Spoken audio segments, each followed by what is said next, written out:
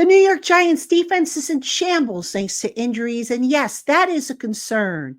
More on that, plus, are the strikes adding up against head coach Brin Daboll and his opportunity to return in 2025?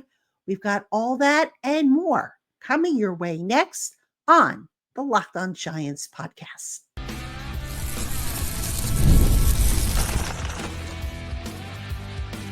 You are Locked On Giants, your daily New York Giants podcast. Part of the Locked On Podcast Network, your team every day. Hello, New York Giant fans, and welcome to another edition of the Locked On Giants podcast, part of the Locked On Podcast family, your team every day. I'm your host, Patricia Traynor, credential member of the New York Giants media for Locked On, as well as for New York Giants on SI, which is where you can find all my written work.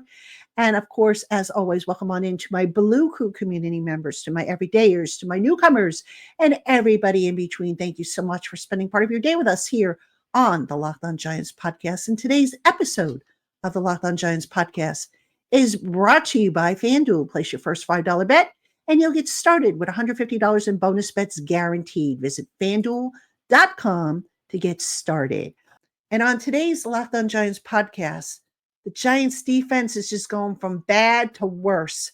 So we're going to talk about some of the injury issues. We're going to talk about some of the performance issues. I've got some stats for you. Can this get any better? I don't think so. Can it get any worse? I do think so. And we're just going to talk about it. I mean, it's a big problem for the team, just as much as the offense has been a big problem. So that's up first. Then in segment 2, I went and I sat down with a piece of paper and a pen this afternoon, and I started to make a list, an objective list, reasons why the Giants should keep Brin Daboll, reasons why they shouldn't. And folks, much as I hate to say it, because I like Daboll and I think he could be a good coach, I came up with far more reasons why they can make a case against him. So I'm going to go over those with you, and we'll weigh in on them. You can weigh in on them. Let me know what you think. And then finally, in segment 3, I'm going to answer some questions from my Blue Crew community members. Now, if you don't know who my Blue Crew community members are, they are an exclusive bunch of insiders who I can text with. And we're going to be moving to Discord, by the way, I think in the start of the new year. So they are an exclusive group of Locked On Giants community members. If you want details about how you can join the Blue Crew, it's in the show notes, whether you're listening on our audio platforms or you're watching on YouTube. So do check that out. All right, let's talk about the Giants defense. The injuries. Okay, actually, before I even get to the injuries, let me get to the performance. And one of the biggest things with this team has been, besides the run defense, is the missed tackles. This has been a season-long problem for this Giants defense. The Giants, according to Pro Football Focus, have 118 missed tackles so far. That is the 8th most in the league. And those missed tackles, by the way, it's not just run defense tackles. It's not just pass defense tackles. That's combined. And as I was going through these stats and compiling them, I was amazed at how many teams actually have fewer than 90 missed tackles on the season, which goes to show you that if a team really wants to address it in practice, even though, the CBA says you can't tackle during practice, even though coaches don't want to tackle during practice, goes to show you that there are ways that you can work on it. And, I got to thinking, just to stay on the tackle issue for a moment, I remember when Steve Spagnuolo was here and, they used to have a big donut that they used to teach proper tackling methods. What would happen is they'd roll the donut towards the player, and the player would have to dive at it and use his shoulder to tackle. They don't use the donut anymore, as far as I know. I'm not sure exactly what they're using to teach tackling. I think it's just a sled. I mean, nowadays, we're not even out at practice long enough to see some of this stuff. So whatever it is they're teaching or not teaching, it's a problem. And tackling, folks, I don't have to tell you, it's one of the basic skills that football players learn on defense. And this team is just not doing it well. You see a lot of guys who, are just missing tackles. They're diving, taking bad angles. It's a problem because it leads to second and short, third and short, and then the offense can do basically whatever the heck they want. So that's a problem. Another problem with the defense, guys are not getting off their blocks. There's an expression that guys get caught up in the wash, meaning that they just can't get off their blocks. And we see that a lot with this Giants team. Now, there's no official stat for that, but if you go and you look at the film, you see there are guys that you're like, come on, get off the block, make the play. And they're just not, particularly on the edges. So that's definitely a problem for this Giants defense. But here's the big thing, folks. The injuries are really starting to pile up. Now, I never like to use injuries as an excuse, and I know football teams don't like to use it either. But let's be real here, okay? Dexter Lawrence, their best run defender, their best overall defensive lineman, done for the season. We have seen instances during the year when Dexter would come out of the lineup for a breather. What happens? The opponent goes right to his substitute and has success. Can you just imagine what the defense is going to be in for now that Dexter is not going to be there at all? All right. They've got Alvin Kamara coming this weekend with the Saints. Down the line, they're going to have Derrick Henry coming in with the Ravens. They're going to have Bijan Robinson with the Falcons. And then if the Eagles don't decide to rest everybody at the end of the year, they may see Saquon Barkley again.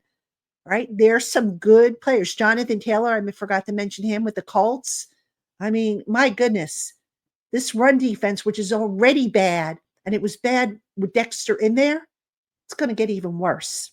Now, in addition to Dexter being injured, obviously you've lost Armon Watts.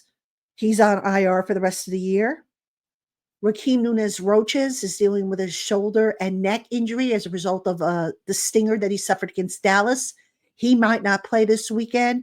Bobby Okereke, who has led the team in tackles last year and was starting to make a move to lead the team in tackles again this year, he might not play because he's got a back injury.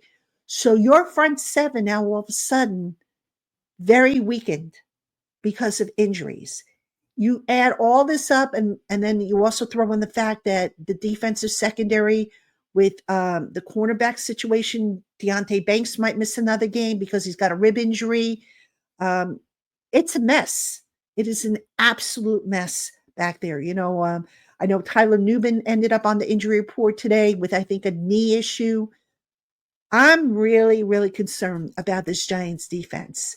And, look, against the Saints, I've said before on the program that I view this game this weekend as the Giants' true last chance to win in 2024. I don't think they win a game following this one, okay? I'm not even sure that they win this one. But in terms of having the best chance, the most likely game they can win, it's got to be this one. And if it's not, if they can't stop the run, if they, can't score or do anything, we're in for another long, long afternoon. And my Monday show is going to be another one filled with frustration.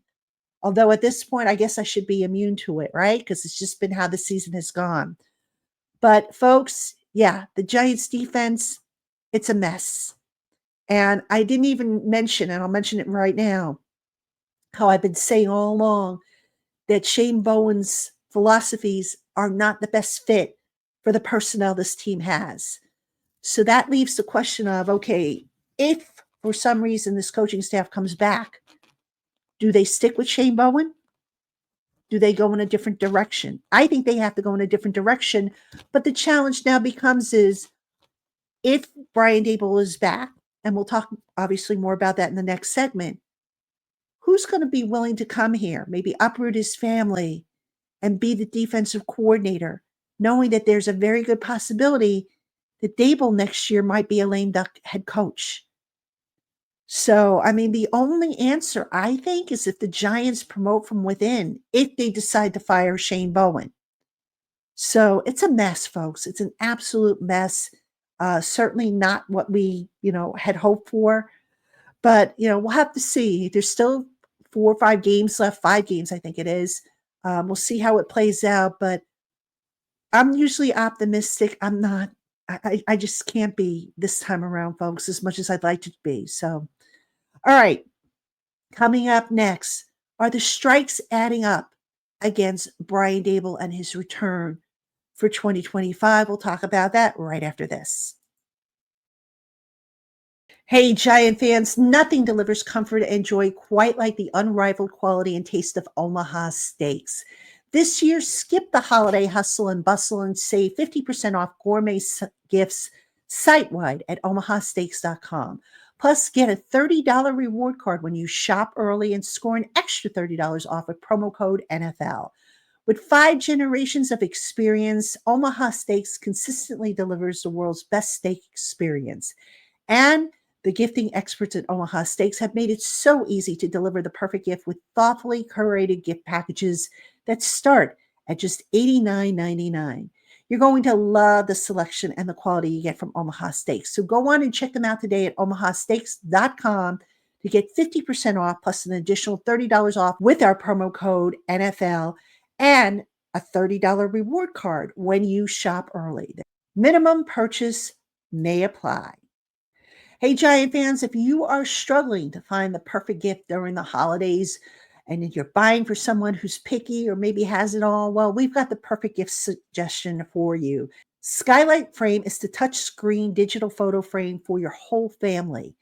Upload thousands of photos with your phone and watch them appear in seconds. You can even invite friends and family to easily share photos with the free Skylight mobile app or via email with no account or subscription required. It only takes a tap of your phone to send new photos to a frame across the country. It's the fastest and easiest way to keep loved ones in the loop. Photos are displayed in high definition resolution, and you can choose from 5 different frame styles and 2 sizes, the original 10-inch or the larger 15-inch gallery frame. It's a great private way to share photos without posting it to the world or having to print and store hard copies. We're so confident that you're going to love Skylight, but if you don't, they do offer free returns within 120 days of purchase. And now, as a special limited time offer for our listeners, you can get 20% off your purchase of a Skylight frame when you go to skylightframes.com/NFL. That's Skylight Frames, SKYLIGHTFRAME.com/NFL. Again, get $20 off your purchase now at skylightframe.com/NFL. All right, Giant fans, welcome back to the Locked On Giants podcast. I'm your host, Patricia Treda, and today, of course, is the last show of the week. On Monday, I'll have thoughts about the Giants-Saints game. Hopefully, fingers crossed, it won't be that bad. Hopefully, we'll talk about a win. I'm not so sure if we will, but, maybe. You never know, right? All right, on this segment, Brian Daboll. Now, I have said on this program as well as in my writings that I feel that Joe Shane is probably a safer bet to return. I am not so sure Brian Daboll is on solid ground. I think Brian Daboll probably will be back. But this afternoon when I sat down and I started to make a list of reasons why he might not be back, the reasons I came up with to move on from him versus the reasons to retain him. Well, folks, I think the reasons I came up with to move on from him are going to far outweigh the reasons to keep him. I do want to start with the reasons to keep him. You can make the case that he is a good offensive coordinator, looking at his work with the Buffalo Bills and his work with Josh Allen. Now, the counter argument there to not retain him is that he has taken over the play calling for the Giants, and the offense has been worse this year than it was under Mike Kafka. So if you're saying to yourself, well, he's a good offensive coordinator, hasn't shown up. Now, is that because of the quarterback situation? Well, let me put this to you, folks. Last year, the Giants went through as many quarterbacks as they have this year, and yet they were still able to eke out 6 wins. And that was without a number 1 receiver. That was also having gone through 4 kickers and a whole slew of injuries. And a historically bad offensive line. This year, Giants haven't had all that quite. All right, yes, they're missing Andrew Thomas, but they have Malik Neighbors. Tyrone Tracy Jr. has looked promising as a running back.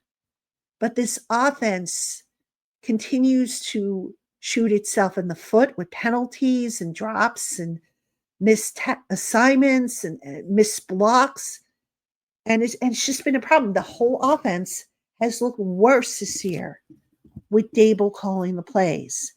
So if you want to make an argument or start with an argument as to why Daboll should not be back, that's one place you can start. Another place, the whole hope this year was that, Daniel Jones coming off of the ACL injury, that Daboll taking over the play calling might be able to get Daniel Jones back to playing at the level he was playing at in 2022. Well, that didn't happen. All right. So that, I think you can say, is a strike against Brian Daboll. All right. Now, here's the other thing. I mentioned in the last segment about the defense. Who hired the defensive coordinator? It was Daboll. And if you remember, the Giants interviewed, I want to say, quite a few. It was at least 7 different defensive coordinator candidates that they were linked to. So they did a real exhaustive search to find the right guy. They were reportedly rejected by some of their top choices. So did they end up settling for, Shane Bowen, thinking that, okay, maybe his system, even though it was the complete opposite of how the personnel was built, maybe it would work out? It's possible that was the thought process. It's also possible that Daboll thought that Shane Bowen was the right guy for the job. Either way, we see the results of the defense. That coaching hire is on the head coach. You want to put another reason that can potentially work against Daboll? 2 years in a row now, the team has looked ill-prepared to start the season. Right? Last year, it was the 40-0 blowout by the Dallas Cowboys. This year, they were blown out by the Minnesota Vikings to start week 1. And I go back to the philosophy that Daboll seems to have in the preseason, in which if they have a joint practice against a team and they get quote unquote quality snaps, maybe there's not a big need to play those guys in the preseason. All right. And I've said so many times that joint practices are held in a controlled environment. There's no tackling. There's no hitting the quarterback. There's no pass rush to speak of. It's not the same thing. But yet, Daboll, if you look back to what he did this past summer, the starters really didn't play, I don't think, in the first game. They played some in the second week where there was no joint practices. Then in the third week, they had the joint practice with the Jets and the starters didn't play. So basically the starters went almost a month, if not a full month, of sitting idly by and just practicing and not getting into the game flow, which I felt was a mistake. So you add these up, and if you're trying to make a case for Daboll to come back, right now, if we're being objective, which I'm trying to be, there's a lot stacked up against him. Right now, for the record, I do think he's a good coach. I think he's a little on the stubborn side with some of the ways that he goes about, setting things up. Some of the decisions he makes, the reliance on analytics drives me crazy, as I've said before.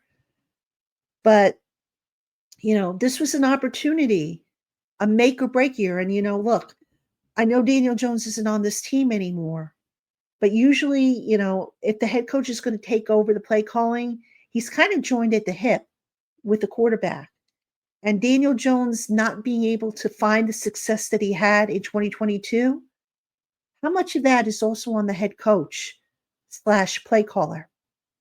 It's a valid question. So that all being said, do I think Daboll is back next year? There was a time when I would have said there's a 90% chance he's back.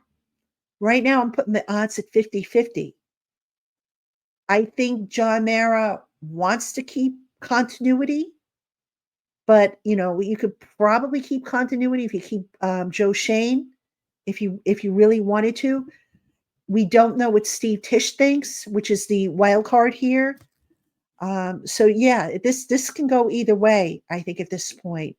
And it's not what I want per se. It's the facts, folks. And these are the facts. The Giants offense has not been very good with Daboll having taken it over and, tried to blend all these guys together. Now, there have been moments when the play calling has looked good, where it has been creative and the execution might have failed the team. But overall, you got to look at the entire body of work this year. And I don't think anybody out there is going to disagree with me when I say it just hasn't been good. All right, coming up next, we're going to hear from our Blue Crew community members in a mailbag segment. So please don't go anywhere. Hey, Locked On Giant fans, if you're like me, your holiday shopping list is far from complete. And if you need a little something different, I've got the perfect gift for the passionate sports fan in your life. Ice Shaker bottles are officially licensed with the NFL, NHL, NBA, NCAA, and MLB, and they make the ideal gift. Created and used by the Gronkowski brothers, Ice Shakers have changed the game with workout bottles made of kitchen grade stainless steel that won't absorb odor like plastic bottles do. This is the gift you've been looking for. I just got mine in the mail, and folks, let me tell you, it is absolutely beautiful. Unfortunately, I don't have it with me here, but next time I run this ad, I'll definitely show you. But anyway, this is the gift you have been looking for. You can order your team branded bottles today at iceshaker.com and use the promo code LOCKEDONNFL to get 25% off your order. Ice Shakers, show your support for your teams with the best branded workout bottles on the market. Ice Shakers. Hey, Giant fans, get ready to tackle the NFL action with FanDuel, America's #1 sportsbook. Because right now, new customers can bet $5 and get $150 in bonus bets if you win. So when you get a hunch in the middle of the game, you can check out the latest stats, view live play-by-play, and so much more, all on the very same page where you place your bets. Visit FanDuel.com to get started with $150 in bonus bets if you win your first $5 bet. That's FanDuel.com. Never waste a hunch and make every moment more with FanDuel, an official sportsbook partner of the NFL.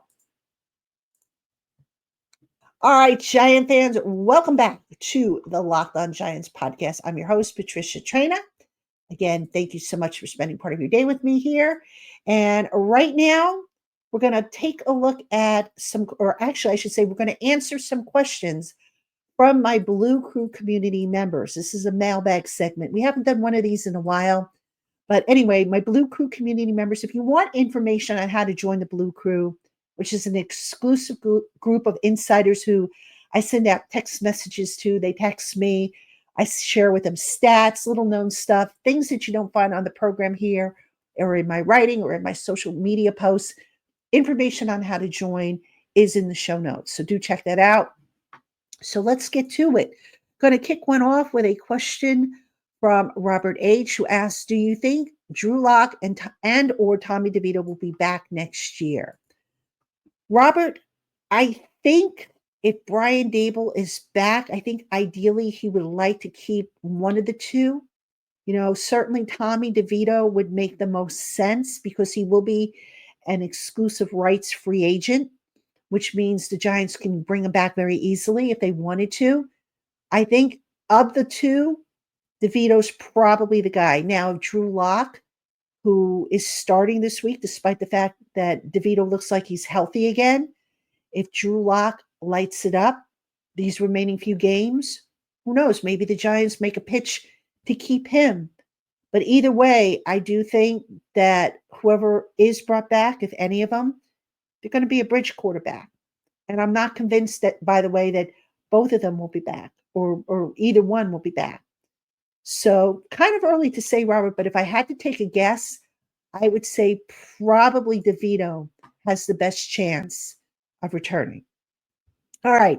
Daryl L. asks, do you think it's fair to question Daboll's leadership? Daryl, I definitely think it's fair to question Daboll's leadership. And not just me, from the media perspective, but from Giant fans' perspective, you guys and gals are paying for the tickets and for the to watch the games on TV and for the merchandise and all that comes with it. All right. You guys deserve better. So, if the fans are questioning Brian Daboll's leadership, that's their right as paying customers. You go to a restaurant and you don't get the service that you should be getting, you have every right to complain to management. Now, that's not to say that it'll change anything, but certainly, is it fair?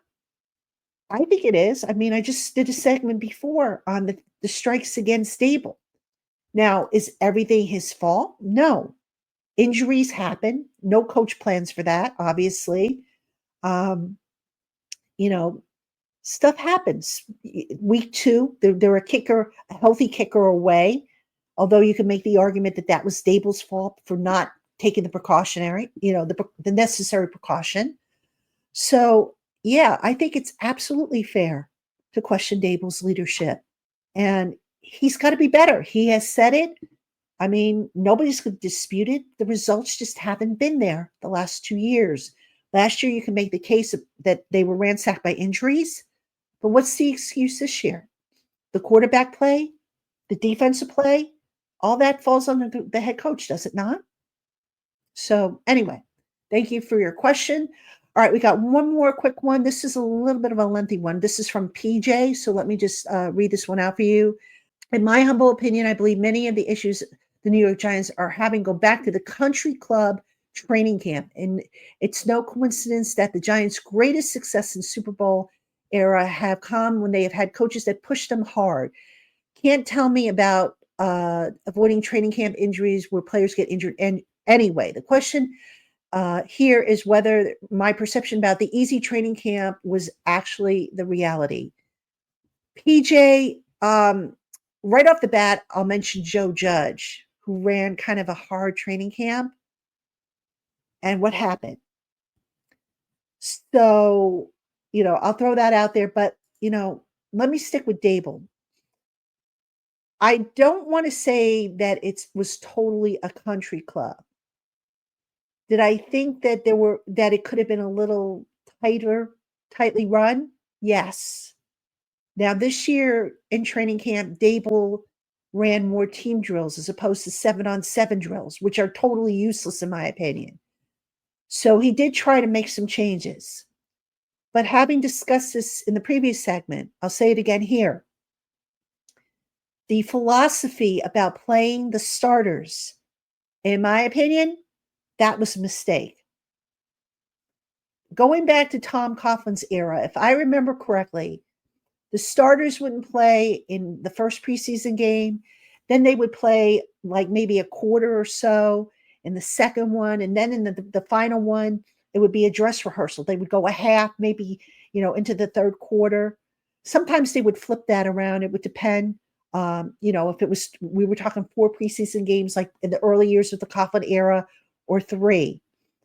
I don't feel that the Giants starters the last 2 summers have gotten enough work. So if you want to consider that a country club atmosphere, I would say yes, you are correct. But does driving these guys into the ground mean that, they're going to be better? Not necessarily. There has to be a balance, PJ. And I don't know that the Giants have found that balance at least the last 2 years. So, there might be something to what you're saying. There might not be. It might be a coincidence. I just don't think that they have found the balance that they need. All right. That's going to do it for this edition of the Locked On Giants podcast. Thank you all for tuning in, spending part of your day with us. Again, on Monday, I'll be back with takeaways and a recap of the Giants game against the New Orleans Saints. Will it be the Giants' first win at home in 2024? Fingers crossed, because I sure would like to have something positive to talk with you guys about on a Monday. So until then, everybody have a great weekend, and I will see you on Monday.